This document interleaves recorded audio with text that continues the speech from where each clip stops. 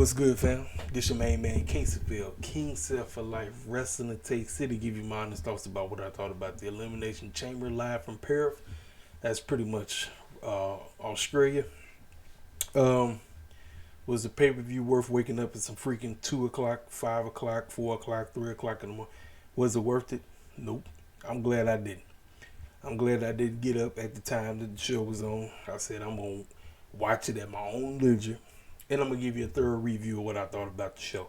Did not watch SmackDown. Did not watch Rampage. So I was like, you know what? I'm not even going to give you a prediction video because the pay-per-view itself was extra predictable. There were no shockings. Nothing shocking happened at the show. Yes, the road to WrestleMania has officially started, but I'm about to say Tony Khan. Triple H has his hands completely full, and he's on the hot seat. You got a month to get cats to fully be invested in what's about to pop off in Philly. Because as of right now, I'm literally right now at a 12%.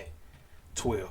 That's the highest I'm going concerning WrestleMania right now because, yes, we got our 4 main title matches already set. Now, I'll get to them when I get there, but as of right now, my excitement level for WrestleMania is like this. So, let me tell y'all something. I don't know if y'all really been peeping the game around here, how I move, how I push out my content, how I tell people exactly what's going on. I don't jump on the bandwagon. I don't put the pom-poms on for a certain particular booker, regardless of what's going on. I hold bookers accountable. Now, y'all might not hold bookers accountable. Y'all might think the booker that you love is doing everything great. Why do you think I constantly get on cats like Tony Khan daily? Triple H is never exempt. Never. Especially the foolishness he got it called himself trying to get away with. Oh, I'm going to get on this case in a minute. But overall, like I said, the show, it was just the bare minimum pay-per-view. I found myself doing one of these jumpers. Watch this. Literally. Listen, I watched the show. There were some decent things that happened on the show, but I'm like, this wasn't worth waking up at no freaking 3 o'clock in the morning to watch this crap. Just call it for what it is. It wasn't. I'm like, I know y'all be wanting me to come on here and say, oh man, this is great. No. You got the wrong one, buddy. You got the wrong one. And I know some of y'all gonna say, man, you just don't like Triple H. No, ain't got nothing to do with that. I hold wrestling promoters accountable. Anthony Khan, he on the hot seat. His tail is in trouble too. If he gives us a crappy pay-per-view at Revolution, what you think I'm gonna do? You think I'm gonna come over and say, man, Revolution effect? Nope. He the one that's going to have to put forth an effort in getting people invested. And it don't take one freaking week. That's what he like to do. He like to wait to the very last week to push out 15 million matches that shouldn't even be on the card. Triple H, on the other hand, don't even put matches on the show. And then he think that's what's supposed to carry something. It don't work like that. The pre-show. The Kabuki Warriors versus Indy Hartwell and Candice LeRae. Indy Hartwell is from Australia, so this is basically for her to get an opportunity to be on the show. You knew they wasn't winning. She had a somewhat decent showing. Let me tell y'all something. The last time I seen Indy Hartwell in the ring, I don't know what happened. It's like she heavily progressed. Like, in a bad way. I'm not talking about getting better. I'm talking about, like, what the heck am I watching? This was pretty much Candice LeRae getting jumped by Asuka and Kairi Sane the whole match. She got an opportunity to get in there, and when she got in there, the fans went nuts. They went ape like they always do. But this was basically Candice LeRae getting jumped by Asuka and Kairi Sane. And when she got in there, she just basically got kicked out. And the Kabuki Warriors did they move on Candice LeRae. They retained their championships. So that's that. So we get to the main roster, or the main card. We open up with the women's Elimination Chamber match. Now, let's be 100%. When it comes to male and female Elimination Chamber matches,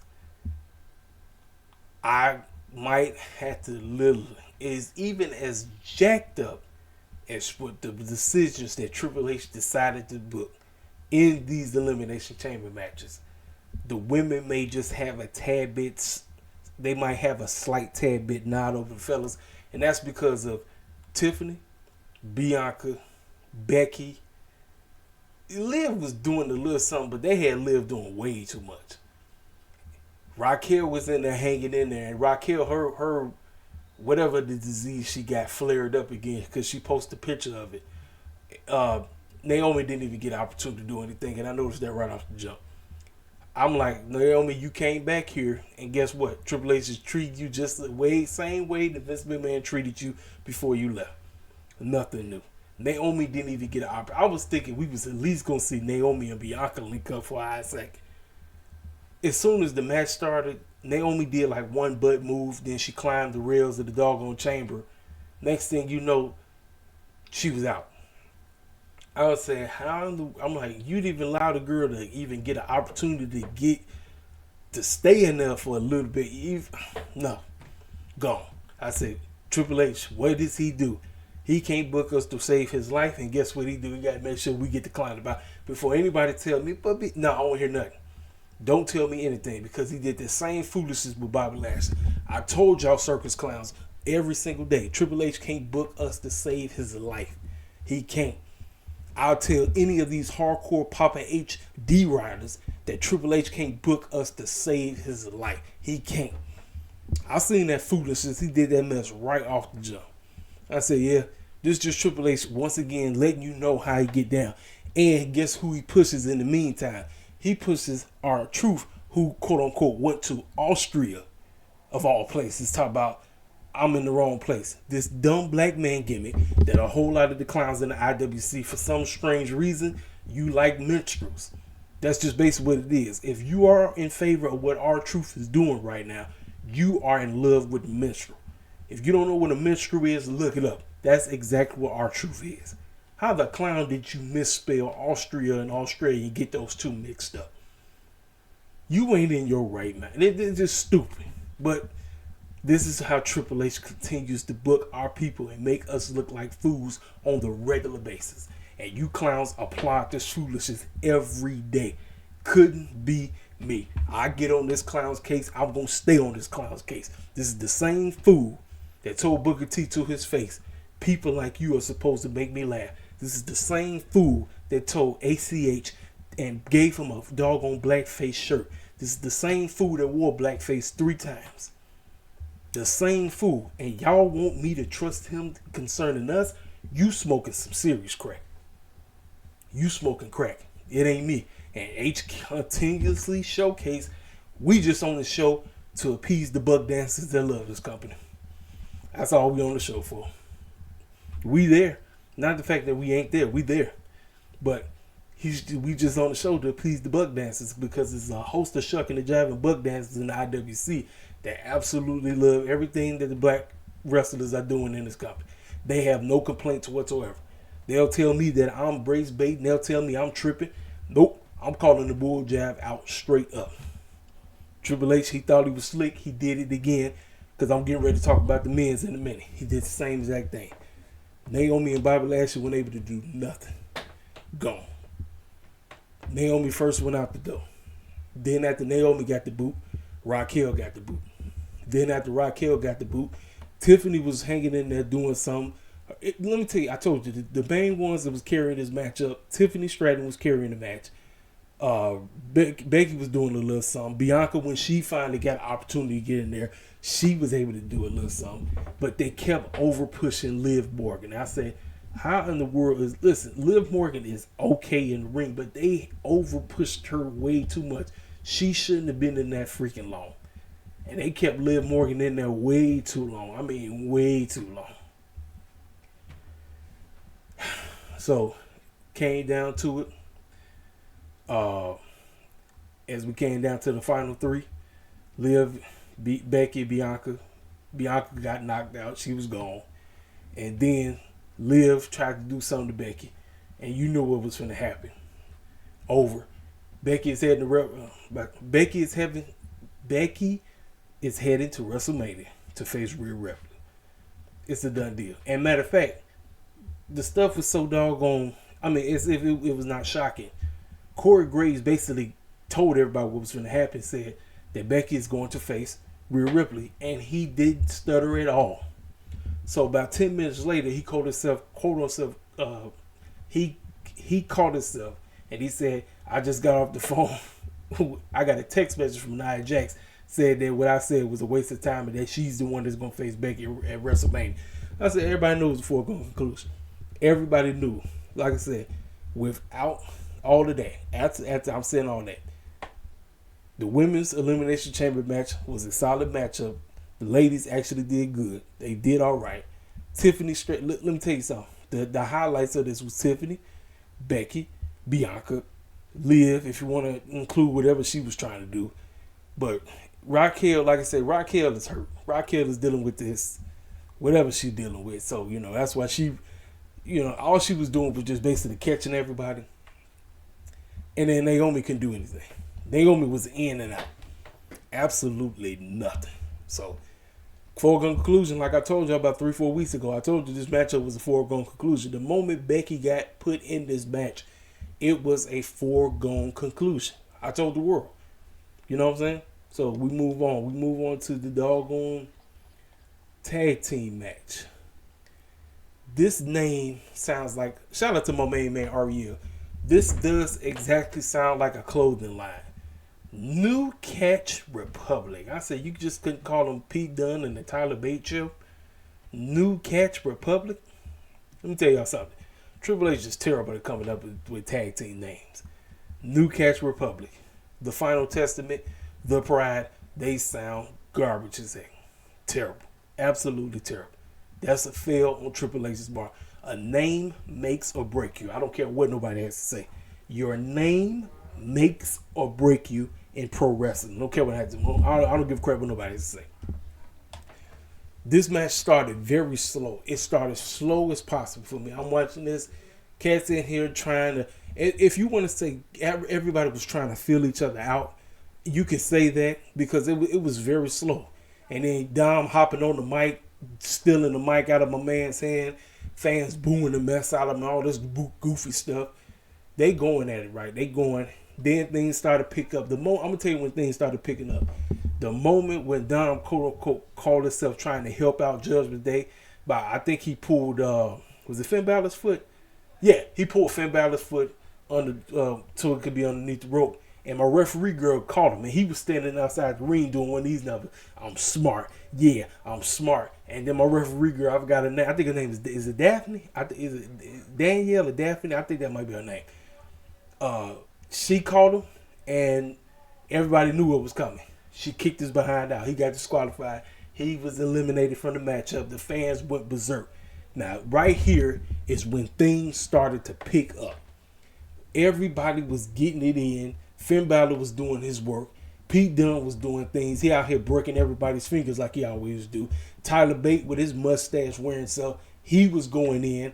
And you know what you're going to get with Damian Priest. This matchup turned out to be, for me, it might have been the best match on the whole show. It started off as a very weak, slow pace.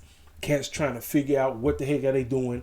And it turned out to be a very great matchup. Everybody delivered. They did what they had to do. You knew what was coming. New Catch Republic did not walk out with the gold. Damian Priest and Finn Balor retained. They are headed to WrestleMania with those tag team titles. And ladies and gentlemen, I'm here to tell you who they're going to be losing to. Because Michael Cole, like I said, he mentioned R-Truth situation. Is he in the Judgment Day? Is he not in the Judgment Day? Awesome Truth or Buck Dancing Truth is Buck Dancing Awesome Truth is going to take those titles off of WrestleMania. R-Truth and Miz are going to get their moment at WrestleMania. Pencil it in. It's going to happen, ladies and gentlemen. It is going to happen. I'm penciling it in right now. It's going to happen. It's a done deal. So that's that. So like I said, this might have been the best match on the whole show. Even with this match with the women's Elimination Chamber, it was decent. I'll give them that. It was good. I thought the women did better than the men, for me. But then when we got down here, this was by far the best match on the show. It started super slow, but Cats picked up. Cats figured out how to work together, and they gave us a bang of a matchup. Then the worst part of the entire show. You know, they could have saved this for SmackDown. They could have had this on Monday Night Raw. But I know why they did it. Grayson Waller is from Australia. And so he quote unquote tried to get a pop. Run around here talking about I see all this bull jive or whatever. Listen, let me tell y'all something. This pairing between Grayson Waller and Austin Theory just does not do it for me. I can't stand these two clowns for nothing. They are a waste of time, a waste of space. They are just on TV just to be on TV. So we got the Grayson Waller effect. They called out Seth. Seth come out to a great pop. And it brings out Cody. So I'm sitting up and saying to myself, okay, is The Rock, is Roman, are they in the house? And as they kept talking, Seth going on, Cody going on, rambling, talking to basically both disrespected The Rock and Roman. Basically said, I'll fight The Rock anywhere. So the tag team match is happening, ladies and gentlemen. And Seth did say he's cleared to wrestle right now. So that tells me that the tag team match won't be happening at WrestleMania. Unless plans change, the match will not be happening at WrestleMania. It's probably going to happen on Raw or SmackDown just to get the bull jive out the way. Get the crap out the way. We get it out the way. Be done. That way, Seth can do his matchup against Drew on night one or night whenever he want to do it. And then Cody and Roman can get the crappy story out the way. Because trying to do two matches with everybody and anybody can get hurt at any time, I'm like, nah, I'd rather get the trash out the way. Get the trash out the way. And guess who and guess who I'm going to have win? I'm going to have Roman and Rock win. Guess who getting pinned? That's right, Cody getting pinned. So you know what's going to happen the following night or WrestleMania. You know what's going to happen. You know Cody going over. He's going over. Like I said, this whole segment was a waste of time and space. Could have just been saved for TV. But like I said, Grayson Waller's from Australia. That's why they did it. This segment was terrible. It was a waste of time. Didn't nobody explain nothing. Cody just rambling, Seth rambling. Grayson Waller talking about some foolishness. Austin Theory talking about it doesn't matter. Terrible. Absolutely terrible. And I just was literally just looking at this, just bored out of my mind. I said, this is the best that Triple H has. This is what I'm supposed to be excited about. You want me to be excited about this foolishness right here. I'm not. I know the press conference had me excited, but from the press conference to where we are right now, my excitement level just went right back down. Listen, I know y'all, I'm telling you, I know the hardcore WWE shields that I mess with. I know y'all want me to be on board like y'all. Y'all want me to tweet out, hey man, you got the wrong one. I don't move like that, ladies and gentlemen. Just like to the cats who still don't understand how I move concerning these pro wrestling bookers. Oh, and speaking of which, Triple H got Booker of the Year, and Tony Khan was someone crying. Great. I understand the game. The game is, if you want to be in the position that you're in, you got to do some foolishness that you don't want to do. Or you just go through with it because you worship the devil. That's all I'm going to say. Because time and time again, these pro wrestling companies put the Illuminati bull job in front of your face day in, day out. I don't care if it's Triple H and them. I don't care if it's Tony Khan. I don't care if it's Scott D'Amore. I don't care if it's the New Japan folk. They put the foolishness right in front of your face day in, day out.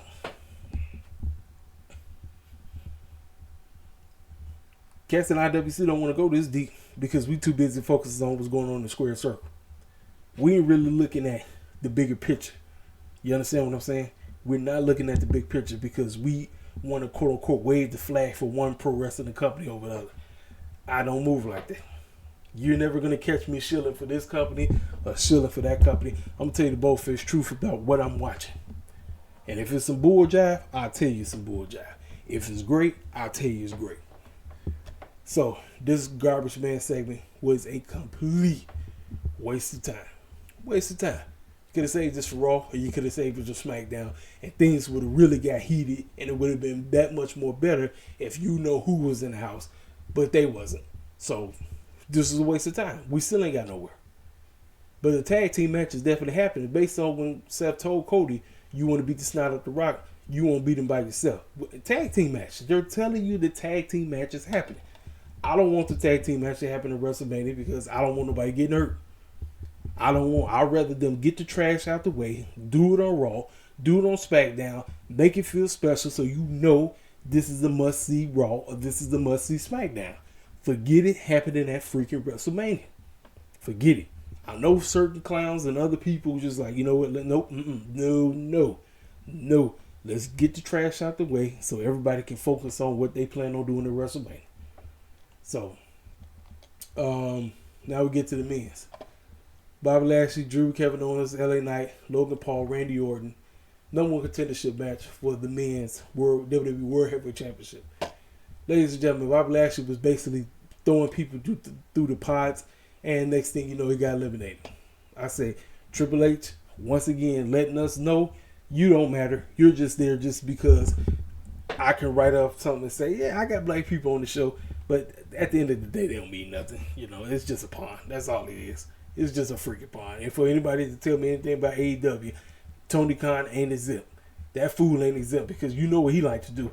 He brings us on TV and we lose every week. So nobody is exempt. I told you, I'm destroying every pro wrestling company. Don't matter. I'm telling the truth about what I'm seeing. Bobby Lashley was out the door. So then it's Drew, Kevin Owens, LA Knight, Logan Paul, Randy Orton. LA Knight was getting ready to move on. And out of nowhere, AJ Styles comes out. The fans hated every moment of this. I said, ladies and gentlemen, can I be 100% with you? Do you want LA Knight winning the rinky-dink championship that ain't going to mean nothing? Or would you prefer him and AJ Styles just getting their beef out the door? Finishing up whatever they need to finish up. Let them do it at WrestleMania. LA Knight gets his rinky-dink win over AJ Styles. And fans can go nuts. I mean, because the matchup that we getting for the United States Championship is right here, and I'll explain that in a minute. But AJ Styles came in and beat the snot. I mean, he tore up LA Knight. He tore up LA. I mean, he had demolished the guy. I said, there's a matchup, and LA Knight got eliminated. So now we down to 4. Then right at that, Logan Paul started messing with Kevin Owens. Randy Orton got up in there. Kevin Owens is out the door. So now we down to Drew, Logan Paul, Randy Orton. Boom. Logan Paul was out here acting like he was finna win the match. He gets RKO'd out of nowhere. He's gone. So that tells me all I need to know. Logan Paul and Randy Orton is your United States Championship picture going into WrestleMania. Now we down to Drew and Randy. Now the whole match, Randy was selling his back. That's been the whole talking point of the whole match. Michael Cole was out there talking about he could be seriously injured. His back, his back there. I said, yeah, he trying to sell the back. So they made you think that Randy Orton was finna get an opportunity to go against Seth. I said no. Just like I told you about Becky, the men's was just even more predictable. Drew McIntyre, Claymore kick. He's going to WrestleMania, and we getting, for the 18th millionth time, that's right, ladies and gentlemen, a rematch. Hey, ladies and gentlemen, what did I tell you that WWE is known for? Rematches. Rematches always weekly. That's all they know. Just like Tony Khan, he's starting to go that route because he like to give you the pay-per-view match before the pay-per-view. He'll try to be sneaky and try to have a garbage tag team match that has absolutely makes no type of sense whatsoever. It's the can they coexist bullshit. None of these wrestling promoters are slick. They think they're getting away with it. They ain't getting away with nothing. You have to call these clowns out. Rematches always weekly. But here's the deal. Drew is finally going over. He's going to get his moment in front of the crowd. He's getting the victory. Seth Rollins is losing that championship. It's a done deal. Now, before I move on and talk about the main event, what the clown is going to happen with the briefcase that Damian Priest is carrying right now. A lot of people is assuming that the moment Drew wins, cash in, right? No. The storyline, if you've been peeping the game of Drew and Sami Zayn. Now, a lot of people wondering, Is Sami Zayn gonna get involved? No, Sami Zayn ain't. The truth be told, excuse me, Sami Zayn is either gonna win the IC championship or Sami Zayn is gonna go on to win Money in the Bank. And when he wins Money in the Bank, he's gonna cash in on Drew. But that's a long time from now. But Drew is getting his moment. He's beating Seth. It's a done deal. Excuse me. Now, Damian Priest has the briefcase. He has it. Who do I think he's going to cash in on? Ladies and gentlemen, Cody Rhodes is going to beat Roman Reigns. But that moment is going to have people. You thought you was mad last year. You ain't seen nothing yet. You ain't seen nothing yet. Everybody's expecting Damian Priest to cash in on Drew. Everybody. Not me. I'm expecting Cody's moment to get destroyed again. He's gonna beat Roman. Oh, and the fireworks and everybody gonna be happy. Brandy's gonna be happy. What's the baby girl? Her name starts with Lilith. She's gonna be happy. Everybody gonna be happy, right? Damian Priest music gonna hit. He gonna come out of nowhere. He gonna take that fool out, and guess what? Damian Priest gonna walk out of WrestleMania with the championship. On to Monday Night Raw. Ladies and gentlemen, the night after WrestleMania is gonna be ecstatic. That's all I gotta say. I'm trying to help Triple H out right now, because I'm telling you, the whole point of Cody's quote-unquote story, yes, is beating Roman, but this fool said he wanted to win the championship at where? Madison Square Garden. They will be going out that way towards October, towards the end of October. In the middle. Guess what? Damian Priest gonna have that championship. He's gonna carry SmackDown by himself. Now I'm not sure if he's still gonna be with Judgment Day, but that boy is definitely winning that championship. Mark my words. Remember this video.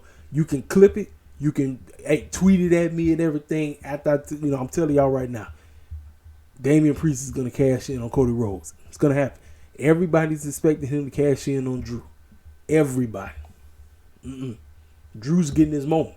Because, see, the whole point of Drew McIntyre, see, everybody's speculating, like, he hasn't resigned yet. So why the heck is, so Triple H is going to have him get his moment ruined?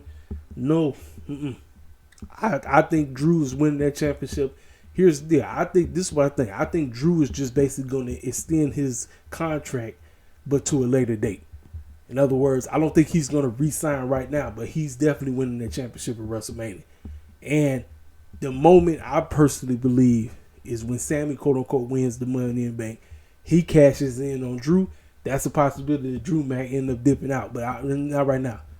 Not right now. This man is going to beat Seth at WrestleMania, and he going to live to tell another day. Now, Mr. Cody Rhodes, on the other hand, he ain't going to see it coming because his behind is so focused on trying to get at The Rock, having Seth without his back, quote unquote, Roman this, Rock that, Cody Crybabies this, Rock that, whatever.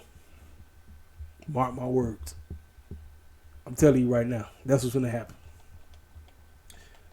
So, we get to the main event. Triple H comes out. He says the total of 52,590 people there. Great. Fantastic. And you know what, man? It's a blessing because it was earlier, before the show started, it was going to start raining.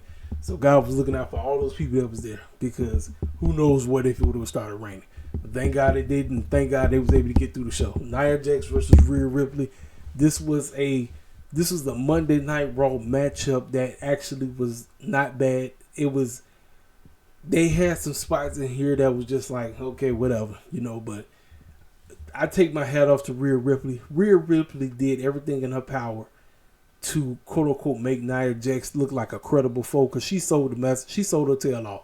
She sold her tail off throughout the whole matchup. Now, the jacked up part about this whole matchup is both of them are heel. Unfortunately, Rhea had to quote unquote baby face because she's in her backyard. And they acknowledged that her sister and her mother and dad was sitting front row. They kept putting the camera on them so you couldn't help but see them. But Rhea sold her tail off. And when they went through the ring announce table and all this stuff, I just grabbed my back. I said, shoot. I said, I know Rhea's back is hurting. I know her back is hurt. But she sold. She sold for Nia. She made Nia look like a credible foe. I give the ladies whatever they was able to do. They went out there. I'm telling you, this was a somewhat decent, better than not Monday Night Raw match that was at a pay-per-view because they was in Rhea's backyard.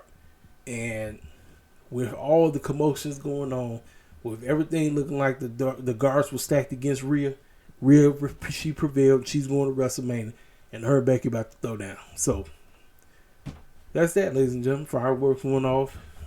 She went, hugged the family and everything. I told you, Rhea looked like a freaking baby face, but she's the leader of a heel stable. Makes no sense whatsoever.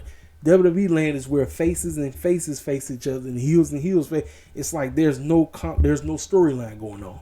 This is just Triple H doing this because this is salute to BC Amplified. That man said this is the mutual respect era.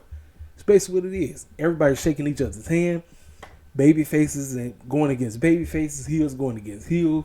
There's really no direction, no nothing. I'm like, but WWE Shields will swear up and down that what you're watching is fantastic television and that WWE's back. I'm like, pump your brakes.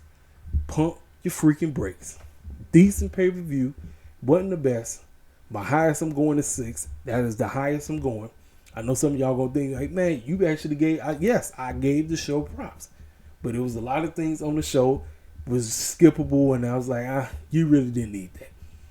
You generally didn't. And then Triple H, once again, constantly showcasing how he moves. Fools in the IWC won't tell the truth because they'll tell me I'm reaching.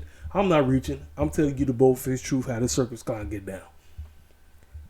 Ladies and gentlemen, Collision is on. More than likely, I'll probably watch it tomorrow or tonight.